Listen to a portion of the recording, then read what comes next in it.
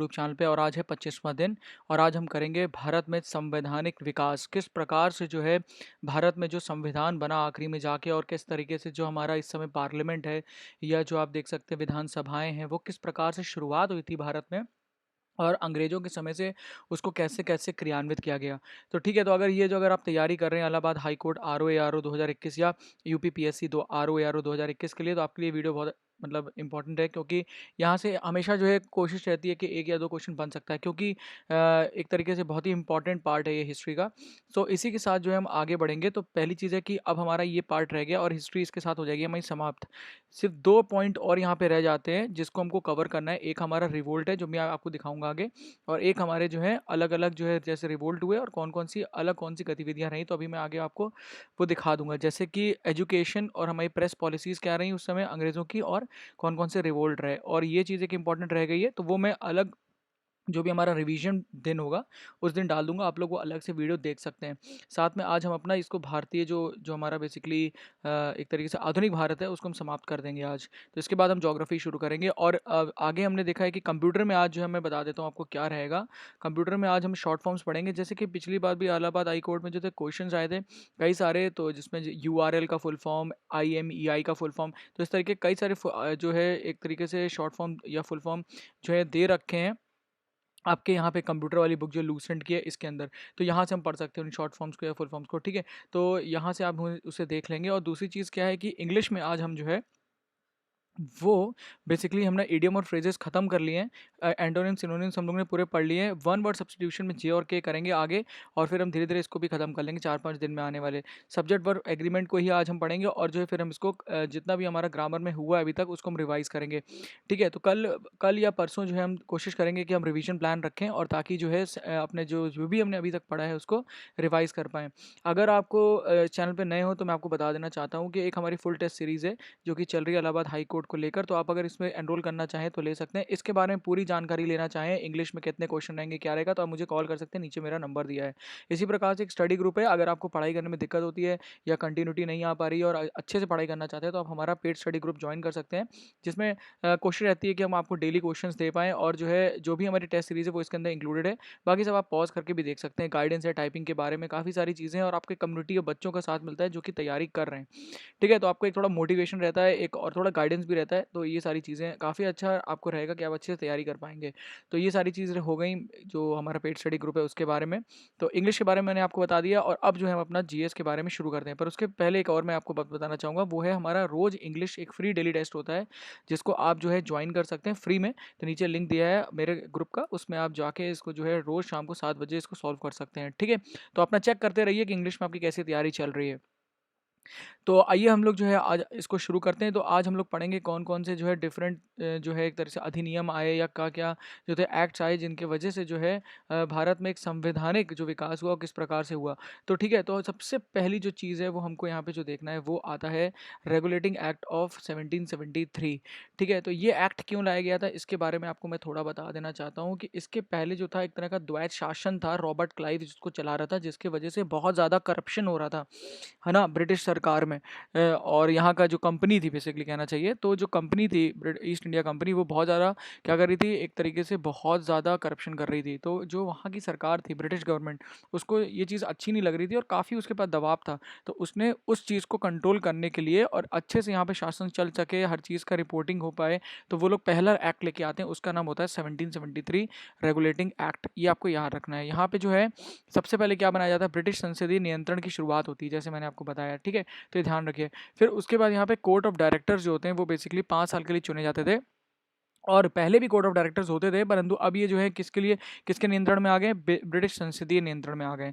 पर अब जो है वो 24 उनकी जो वो है एक तरीके से क्या बोल सकते हैं आप, स्ट्रेंथ या कितने होंगे वो अब 24 हो चुके हैं, ठीक है?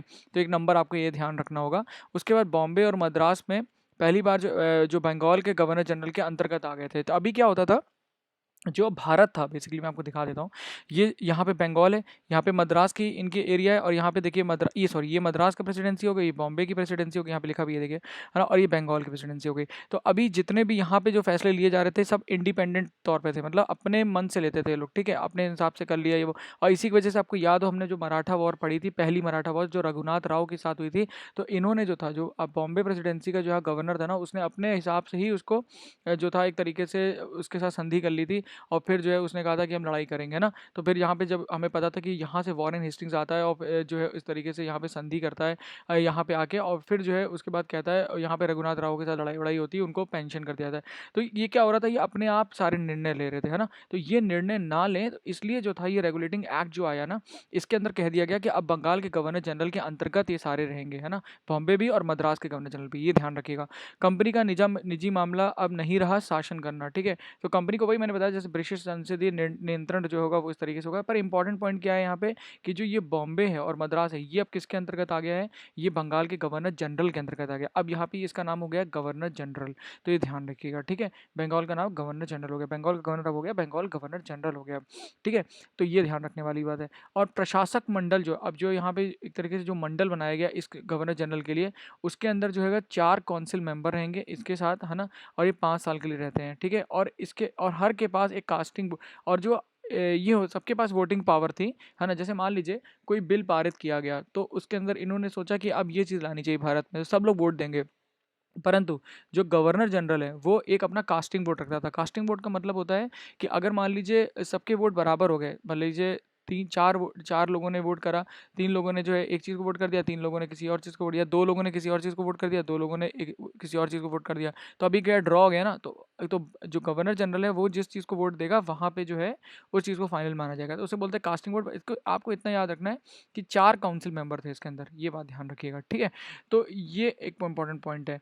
और यहाँ पे क्या किया गया था, उच्चतम न्यायालय का गठन पहली बार किया गया था, ठीक है। यहाँ पे तो कलकत्ता में इसको बनाया गया था, और कलकत्ता में एक यहाँ पे जो था चीफ रहेगा, चीफ न्यायाधीश था, और 3 जो थे छोटे न्यायाधीश जो उसके नीचे रहते हैं, ठीक है। और पहले कौन थे, पहले जो थे वो थे इलाजा एमपी करके इनका नाम था, इलिजा एमपी, ठीक है। तो ये आपको नाम याद रखना है। तो ये सारे कुछ इंपॉर्टेंट पॉइंट्स हैं, आप इनको ध्यान रखिएगा। जो मैंने ब्लैक से मार्क करे और रेड से मार्क करे वो ज़्यादा इंपॉर्टेंट है, और ये आपको ध्यान रखना है, ठीक है।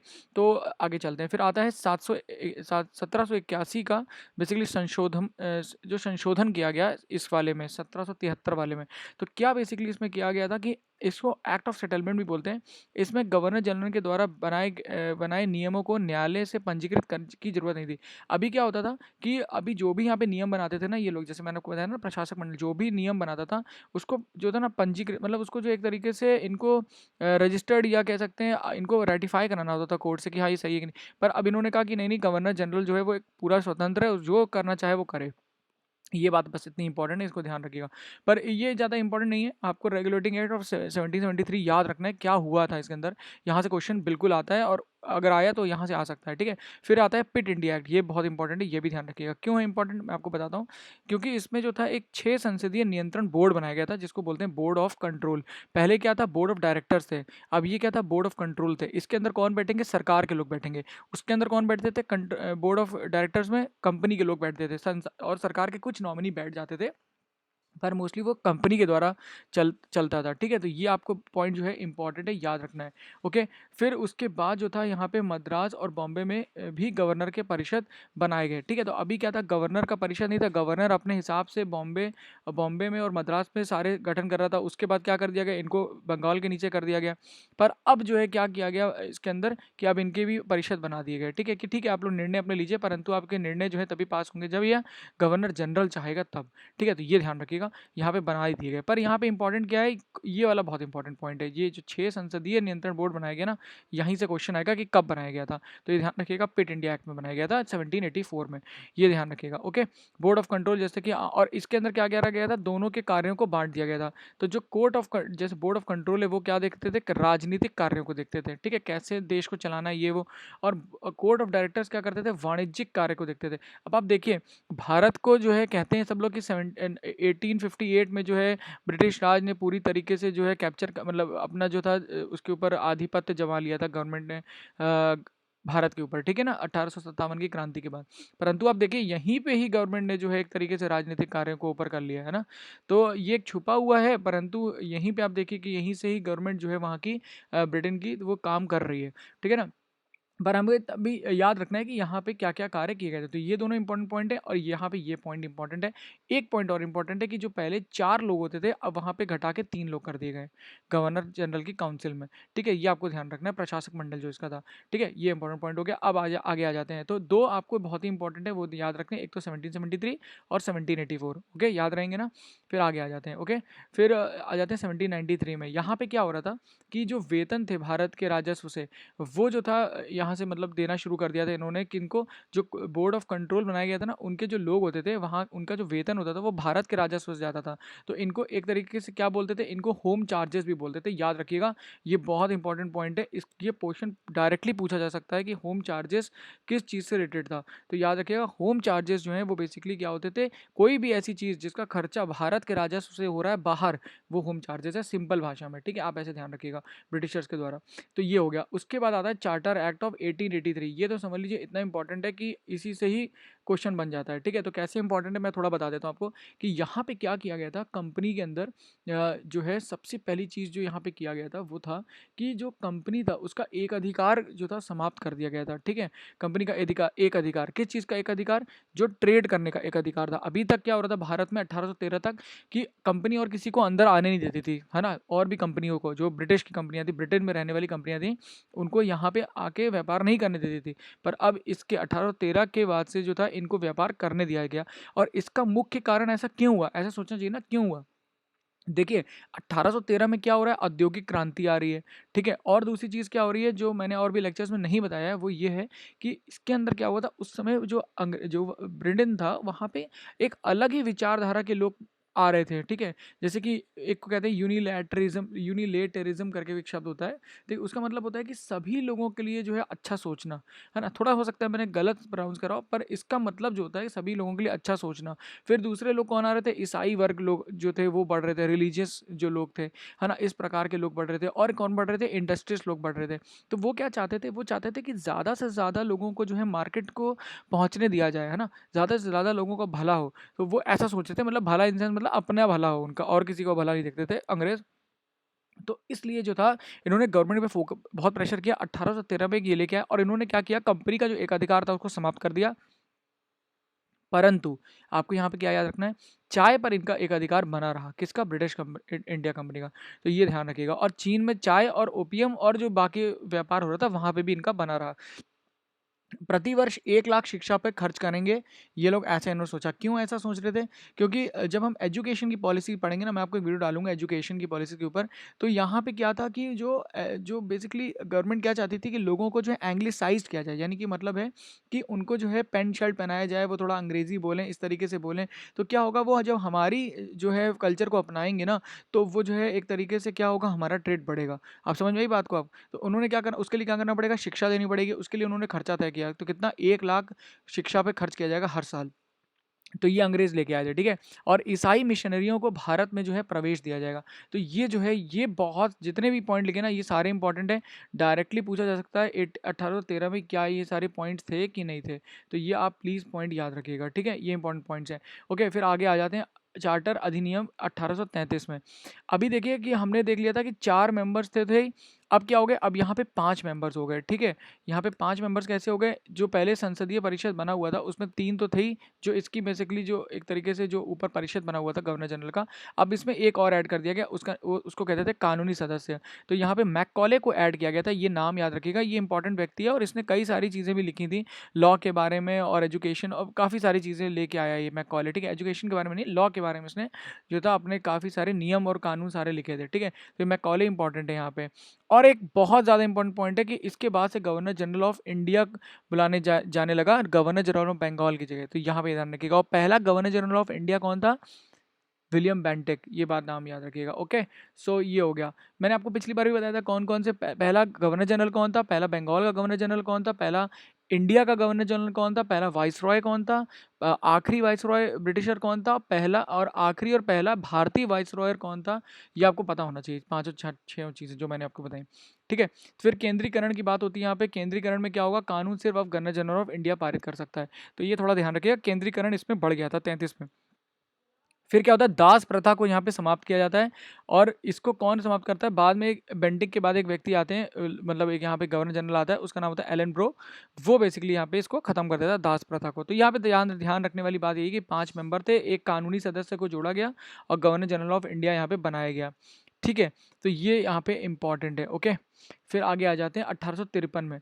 फिर 1853 में क्या हुआ कि यहाँ पे जो सदस्य की जो वो थी, आप कह सकते हैं एक प्रकार से जो सबसे इंपॉर्टेंट पॉइंट है पहले उस पे आते हैं, वो था कि कार्यपालिका और विधायिकी को अलग किया गया।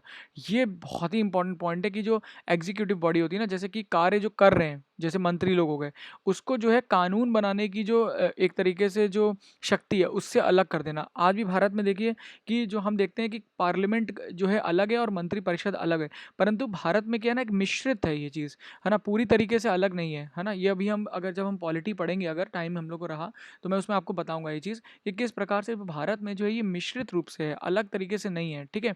कि जैसे एकदम ही अलग हो कि हाँ ये लोग सिर्फ मंत्री लोग जो है सिर्फ और सिर्फ जो है रूल बनाएंगे या लॉ बनाएंगे, और जो अलग से जो विधायिका होगी वो सिर्फ क्या बनाएगी आपकी, जो है आपके जो है अलग अलग एक्ट पास करेंगे। जैसे फॉर एग्जाम्पल मैं थोड़ा ईजी कर देता हूँ, जैसे फार्म लॉ, जो अभी फार्म का जो एक तरीके से अभी चल रहा था ना, फार्मर्स के लिए एक जो अलग अलग तरह के कानून आए थे, तो उसमें क्या हुआ, कानून किसने बनाया, सरकार ही कानून लेके आई और सरकार ही उसको जो है क्या कर रही है, क्रियान्वित करवा रही है। तो ये चीज़ प्रॉब्लमेटिक है ना।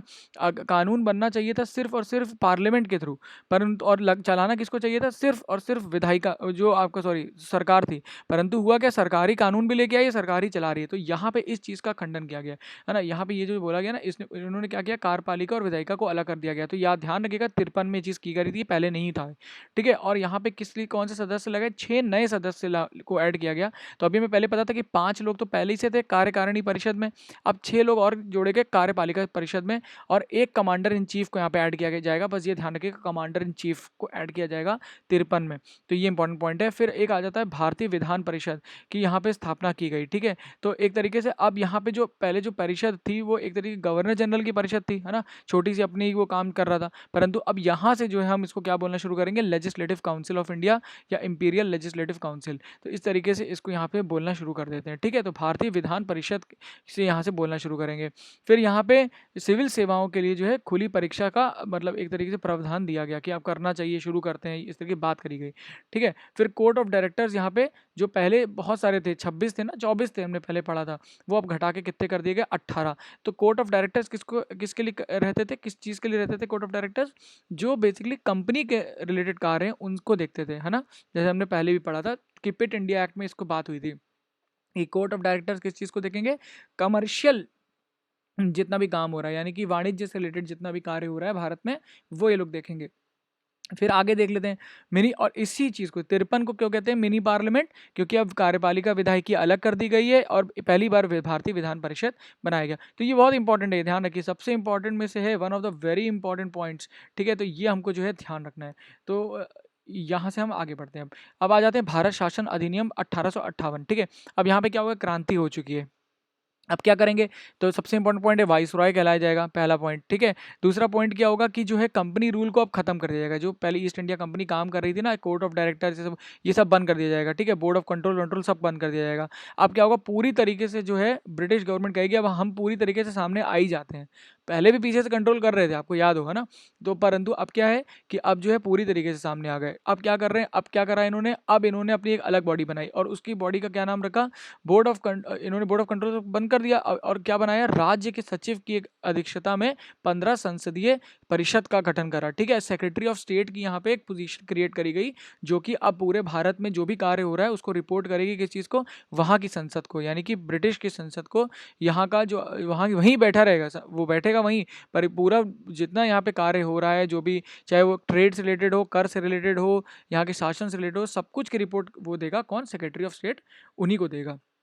और एक अलग व्यक्ति जो पहले गवर्नर जनरल ऑफ इंडिया था, अब वो कौन हो गया, वाइस रॉय हो गया। पहला कौन बना था, लॉर्ड कैनिंग बनेगा यहाँ पे, ठीक है। तो ध्यान रखिए। फिर होम चार्जेस जो थे यहाँ पे, जो भी काउंसिल होगी, वहाँ पे जो काउंसिल बनाई गई ना इन सेक्रेटरी के नीचे, उसका खर्चा कैसे निकलेगा, उसका खर्चा यहीं भारत से ही भेजा जाएगा। तो इसको भी होम चार्जेस कहते हैं। और इसी सब चीज़ों को देख के जो हमारे दादा भाई नौरोजी थे, उन्होंने किताब लिखी थी, आपको पता हो, un British rule of India. तो इस तरीके से उन्होंने किताब लिखी, उसके अंदर वो बताते हैं किस प्रकार से भारत का सारा जो यहाँ का पैसा है वो अंग्रेज जो है भारत से बाहर ले जा रहे हैं, और जो है भारत गरीब होता जा रहा है, भारत को कुछ नहीं मिल रहा है। तो ये ध्यान रखिएगा। ड्रेन ऑफ वेल्थ की जो उन्होंने थ्योरी दी थी, वो यही सब चीज़ें देख के उन्होंने दी थी। देखिए मैं आपको आगे पीछे सबको लिंक करके बता रहा हूँ जो हमने अभी तक पढ़ा है, ताकि आपको चीज़ें समझ में आए, सिर्फ आप ये नहीं रट रहे हो बैठ के, ठीक है ना। तो इसको आगे बढ़ते हैं। फिर करार दे दिया गया कि सिविल सेवा खुली प्रतियोगिता है, ठीक है। तो जो अब जो है, अब फाइनली जो है मान लिया गया कि हम, ठीक है, सिविल सेवाओं को खुली तरीके से प्रतियोगिता कराएंगे, और उसके अंदर जो है लोगों का चयन करा जाएगा, ठीक है। तो यहाँ पे हो गया।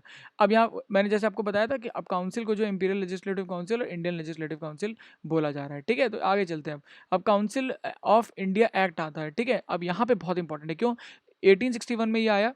और यहाँ पे क्या किया गया, जो पहले जो कार्यकारिणी परिषद, जो छोटी वाली परिषद थी ना, जो एग्जीक्यूटिव काउंसिल थी एक तरीके की, जो उनकी वाइस रॉय की, उसके अंदर पहले 5 सदस्य थे, अब उसमें एक और सदस्य बढ़ा दिया गया, ठीक है। और यहाँ से जो है विभागीय प्रणाली की शुरुआत करी जाती है, यानी कि कैबिनेट सिस्टम की, पोर्टफोलियो सिस्टम की। अब सबको विभाग दिए जाएंगे, जितने लोग हैं इनके सदस्य अलग अलग जो भी हैं, और उनको अलग अलग विभाग देके वहाँ पे कार्य कराया जाएगा, ठीक है। और जो यहाँ पे कार्यकारिणी सदस्य थे, उनको जो है अब और जो ये है बेसिकली आपका गवर्नर जनरल, वो चाहे तो इनको इंक्रीज कर सकता है, गवर्नर जनरल है ना, 6 से 12 तक कर सकता है। तो ये पॉइंट यहाँ पे इंपॉर्टेंट है, ठीक है। और 2 साल तक का कार्यकाल रहेगा, तो इस तरीके से यहाँ पे बढ़ सकता है। तो अब वाइस रॉय जो है, सॉरी गवर्नर जनरल बोल रहा था मैं, वाइस रॉय जो है वो इनको बढ़ा सकता है। तो ये बात ध्यान रखना है आपको, ठीक है। और ज़्यादा मेंबर्स आ सकते हैं, और देश के लिए जो भी रूल बनाना है, ये सब करना है, वो सब कर सकते हैं। तो यहाँ पे आपको ये थोड़ा सा याद रखना है, ठीक है। पर पहले आपको ध्यान होगा कि मद्रास और बॉम्बे जो थे, वो लेजिस्लेशन बिना परमिशन के नहीं बना पा रहे थे वाइस रॉय के। मतलब जो भी वो करते थे, वो जो थे हमेशा वाइस रॉय से पूछना पड़ता था। पर अब जो है, क्योंकि इन्होंने कहा है एक तरीके से, जो सेंट्रलाइजेशन हो गया था ना, केंद्रीकरण हो गया था, अब उसको धीरे धीरे खत्म कर रहे हैं, और अब उनको बोला गया कि आप अपने अपने खुद बनाइए, और अपने प्रांतों को खुद से देखिए। तो इस प्रकार से यहाँ पे जो है जो है विधि, मतलब जो जो मद्रास और बॉम्बे थे, वो फिर से जो है अपना जो है वो बनाने लग गए, ठीक है। आधे गैर सरकारी, क्या लिखा मैंने, थोड़ा मिस यहाँ पे गड़बड़ हो गया टाइप। पर जो है पुनः जो बॉम्बे प्रांत है, वो फिर से अपना जो है विधि निर्माण कर रहे थे, ठीक है। तो यहाँ पे इनको जो है अब कोई अनुमति की ज़रूरत नहीं होगी। तो ये चीज़ हो गई। फिर क्या हो गया, संकट काल में अध्यादेश गवर्नर जनरल द्वारा पारित होगा। तो ये ध्यान रखिएगा। एक यहाँ पे इसको एक्स्ट्रा वो मिली, वो जो कहते हैं ना इमरजेंसी पावर। तो ये अध्यादेश पारित कर सकता है गवर्नर जनरल, यानी कि वाइस रॉय कर सकता है। और वो जो है कब कर सकता है, जब संकट काल होगा। ये पॉइंट यहाँ पे इंपॉर्टेंट है। और एक और चीज़ यहाँ पे बहुत ज़्यादा इंपॉर्टेंट है 61 में, वो ये है कि राजा और बनारस, महाराजा और पटियाला और सर दिनकर राव, ये जो थे 61 वाले, जब 61 वाला पास हुआ तब यहाँ पे आए हैं। यहाँ पे ये लोग भी बैठने लग गए, और लॉ बनाने में, लॉ मेकिंग बनाने में, यानी कि अध्यादेश पारित करने में, ये सारी चीज़ों में अपना योगदान देने लग गए। तो ये 3 नाम आपको याद रखने हैं। कौन सा साल है, ये बहुत इंपॉर्टेंट है, क्वेश्चन आएगा यहीं से आएगा, ठीक है। और जो है अगर अगर आपके पास और भी, हाँ, और एक चीज़, ये पोर्टफोलियो सिस्टम यहाँ से शुरुआत करी गई थी। ये दोनों पॉइंट, सेकंड वाला और लास्ट वाला जो मैंने आपको बताया, ये पॉइंट यहाँ पे बहुत ज़्यादा इंपॉर्टेंट है, ठीक है। ये आपको पॉइंट याद रखना है, इसमें इनको बिल्कुल भी आपको भूलना नहीं है, ये पॉइंट बहुत ज़्यादा इंपॉर्टेंट है, ओके। फिर आ जाते हैं आगे, उसमें था भारतीय परिषद अधिनियम के बारे में, 1892 में जो आया। इसमें क्या हुआ कि 10 से 16 सदस्य निर्धारित करे गए। इसमें जो जितने भी सदस्य लाए जाते थे काउंसिल में, वो बेसिकली कौन होते थे, मनोनीत करके सदस्य नॉमिनेटेड होते थे। और सबसे बड़ी बात यहाँ पे ये थी कि बजट पर विचार रख सकते थे, परंतु जो था वोट नहीं कर सकते थे। तो यहाँ पे ये चीज़ था, ठीक है। ये पॉइंट यहाँ पे बहुत ज़्यादा इंपॉर्टेंट था, इसको आपको ध्यान रखना है, ओके। ये मैंने यहाँ पे गलती से लिखा हुआ है, ठीक है। तो ये 6 दिन की पूर्व सूचना देकर प्रश्न आप जो था पूछने का अधिकार यहाँ पे इनके पास था, बाकी सारी चीज़ों में, ठीक है। तो बजट में नहीं पूछ सकते थे, और बाद में जो थे पहली बार चुनाव का तरीका प्रश्न पूछना, ये थोड़ा एक्चुअली शायद मुझे लग रहा है गलत लिखा हुआ है यहाँ पे, है ना। 92 में उनके पास प्रश्न पूछने की आज़ादी थी नहीं जहाँ तक, है ना। और ये हटा देते पॉइंट, है ना। इसको आप लोग अपने अपने ही लेवल पे चेक करेगा। परंतु ये पॉइंट यहाँ पे इंपॉर्टेंट है कि यहाँ पे बजट जो था वो बेसिकली पे विचार कर सकते थे, बोल सकते थे, परंतु उस पे कोई वोटिंग नहीं कर सकते थे। ये आपको ध्यान रखना है। वोटिंग वोटिंग करना कहाँ से शुरू किया, मैं आपको थोड़ा बता सकता हूँ। प्रश्न यहाँ पे देखिए, बजट पे बहस कर सकते थे और प्रश्न पूरक प्रश्न भी पूछ सकते थे, एक और प्रश्न पूछ सकते थे।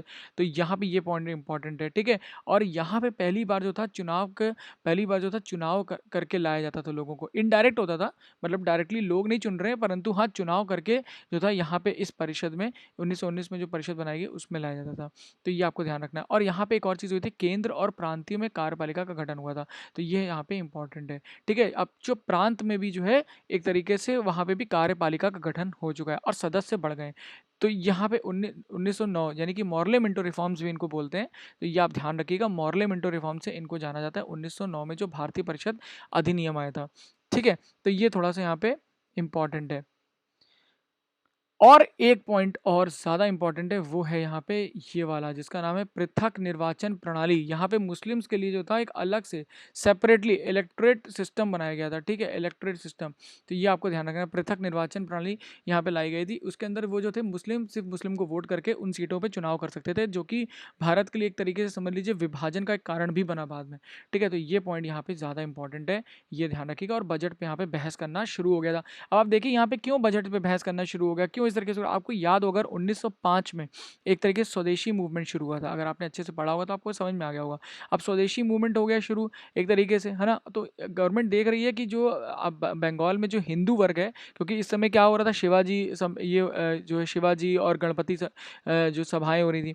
तो अब मुसलमान जो था, मुस्लिम जो था उस समय का, वो जो था इनके साथ नहीं था। आपको याद हो, जो दो लोग साथ नहीं थे, एक तो किसान साथ नहीं थे मूवमेंट में, और दूसरे कौन थे, मुस्लिम साथ नहीं थे। तो मुस्लिम्स को जो है खुश करने के लिए और डिवाइड एंड रूल की पॉलिसी अपनाने के लिए, मतलब तोड़ के राज करने वाली जो इनका सिद्धांत रहा अंग्रेजों का, उसके अंतर्गत ये लोग पृथक पृथक निर्वाचन प्रणाली यहाँ पे लेके आए। तो ये पॉइंट आपको याद होना चाहिए, कहाँ पे लेके आए थे, ठीक है। ये इंपॉर्टेंट पॉइंट है, ये आप याद रखिएगा।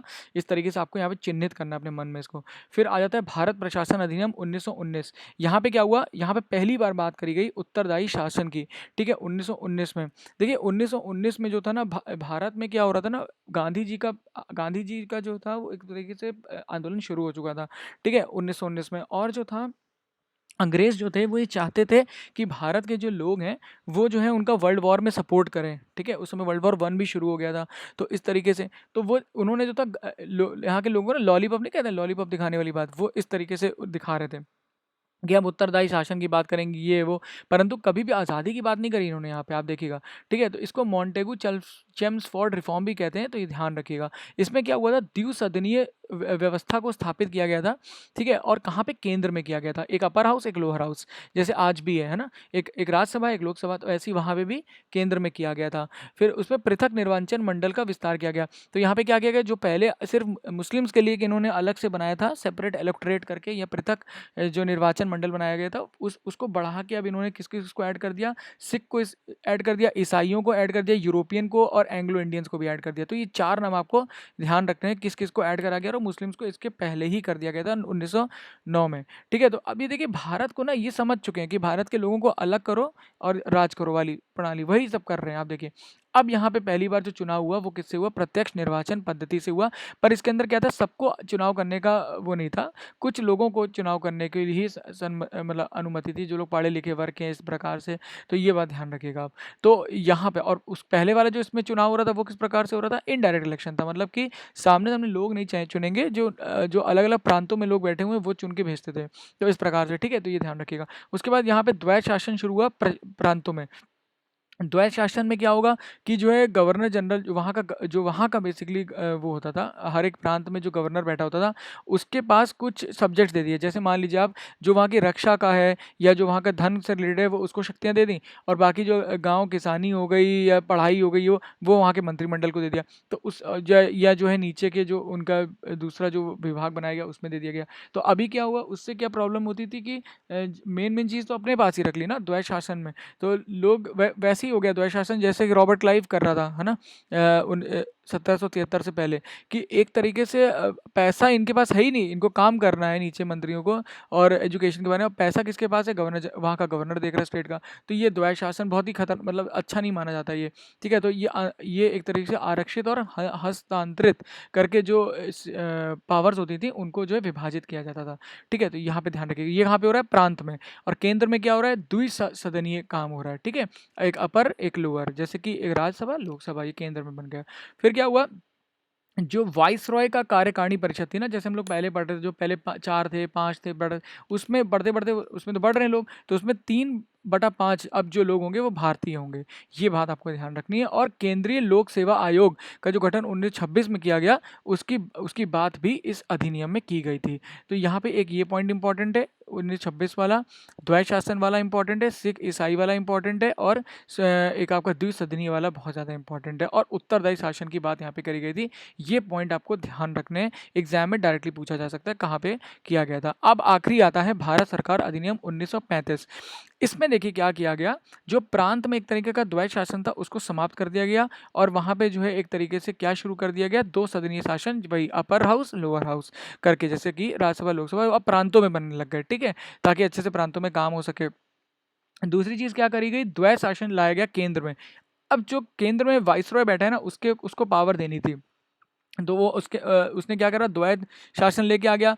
कुछ जैसे कि कुछ कुछ जो जैसे संघीय प्रांतीय समरवर्ती इस तरीके से जो है तोड़ दिया गया पावर को, और जो फेडरल थे और कॉन्करेंट थे वो अपने पास रख लिए, है ना, जो समरवर्ती और संघीय जो भी शक्तियां थी, और बाकी प्रांतीय शक्तियां जो हैं वो जो है डिबेट के लिए आपको जो एक तरीके कार्यपालिका होती थी, वहाँ पे वो लोग नियम बना सकते थे। तो एक तरीके से देखिए कि जो कार्यपालिका है जो केंद्र में बैठी, उसके पास क्या ताकत है, वो सिर्फ कुछ चीज़ों पे ही रूल बना सकती है ना, बाकी सारी जो पैसा लेने की है या कर लेने की है, संधि करने की है, या फिर आपको कह सकती है शासन करने की शक्ति है, वो किसके पास है, वो तो सारी वाइसरॉय के पास ही है। तो ये जो केंद्र में द्वैत शासन बना, ये एक तरीके से बड़ा मतलब एक कह सकते हैं कि डेमोक्रेटिक नहीं था, है ना। तो ये चीज़ यहाँ पे बनी। फिर संघीय सरकार, यहाँ बात करी गई थी फेडरल गवर्नमेंट की, जिसमें आपको याद हो कि फेडरल गवर्नमेंट ने बोला गया कि जितने भी प्रांत हैं, जितने भी यहाँ पे, कि ये सारे प्रांत किनके हैं, ये अंग्रेज़ों के प्रांत हैं, और जो ये येलो वाला दिख रहा है आपको, ये किसके हैं, ये सारे रजवाड़े। तो यहाँ से अपने अपने मेंबर्स लोग आएंगे, यहाँ से जो है कौन आएंगे, इलेक्टेड मेंबर्स, और यहाँ से कौन आएंगे, मनोनीत यानी कि रिप्रेजेंटेटिव्स आएंगे। तो और फिर आके कहाँ बैठेंगे, केंद्र में बैठेंगे। तो ये पॉइंट आपको याद रखना है, और इसको क्या बोलते हैं, संघीय सरकार बोलते हैं। तो ये चीज़ हुई। और किस चीज़ की स्थापना हुई, तो यहाँ से क्वेश्चन डायरेक्टली आता है, ये आप बिल्कुल अंडरलाइन कर लीजिए, वो है संघीय न्यायालय की स्थापना हुई, जिसको हम लोग क्या बोलते हैं, सुप्रीम कोर्ट भी बोलते हैं, ठीक है। यहीं पे ही स्थापना हुई थी 1935 में।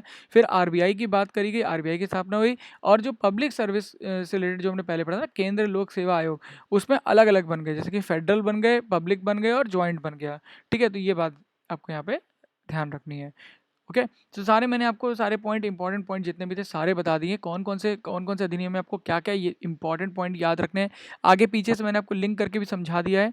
तो मुझे लगता है अगर क्वेश्चन आएगा, 1 या 2 क्वेश्चन आते हैं जनरली इसके किसी भी एग्जाम में, तो आप इजीली कर पाएंगे, क्योंकि अगर आप थोड़ा सा समझ गए हैं इसको, तो आप इजीली एलिमिनेशन से भी कर सकते हैं। अगर कोई पॉइंट मुझसे गलती से भी छूट गया, वैसे मैंने कोशिश करी है कि सारे पॉइंट इसमें एडेड हो, ठीक है। तो इसी के साथ जो है हमने ये वाला जो है अपना कंप्लीट कर लिया, यानी एक्ट्स। अब जो है हमारा आधुनिक भारत समाप्त हो चुका है। हमारे 2 एक टॉपिक रह गए हैं, ये मैं आपको जो है किसी रिवीजन डे वाले दिन डाल दूंगा, ताकि आप लोग इसको कवर कर लें, ठीक है। और जो है अब हम जो है अगले जब भी क्लास होगा हमारा, या जो भी हमारा अगला दिन होगा, वहाँ से हम जो है बेसिकली शुरू करेंगे अपना आगे का जो भी है ज्योग्राफी का कोर्स शुरू करेंगे, और ज्योग्राफी के बारे में पढ़ेंगे। तो अगर बस हमारी यही आपसे एक विनती है, वो ये है कि अगर आपको वीडियो अच्छा लगा हो तो प्लीज़ कमेंट करिएगा, लाइक करके बताइएगा कैसा लगा आपको वीडियो। इस सब से मुझे मोटिवेशन मिलता है, और मैं इस तरह के वीडियो और बना पाऊंगा, ताकि आप कम समय में अच्छी तैयारी कर पाएँ। अगर आपको वीडियो अच्छा लगा हो तो मुझे बिल्कुल बताएं, और वीडियो देखने का बहुत बहुत आप सभी का बहुत बहुत धन्यवाद, बहुत बहुत आभार।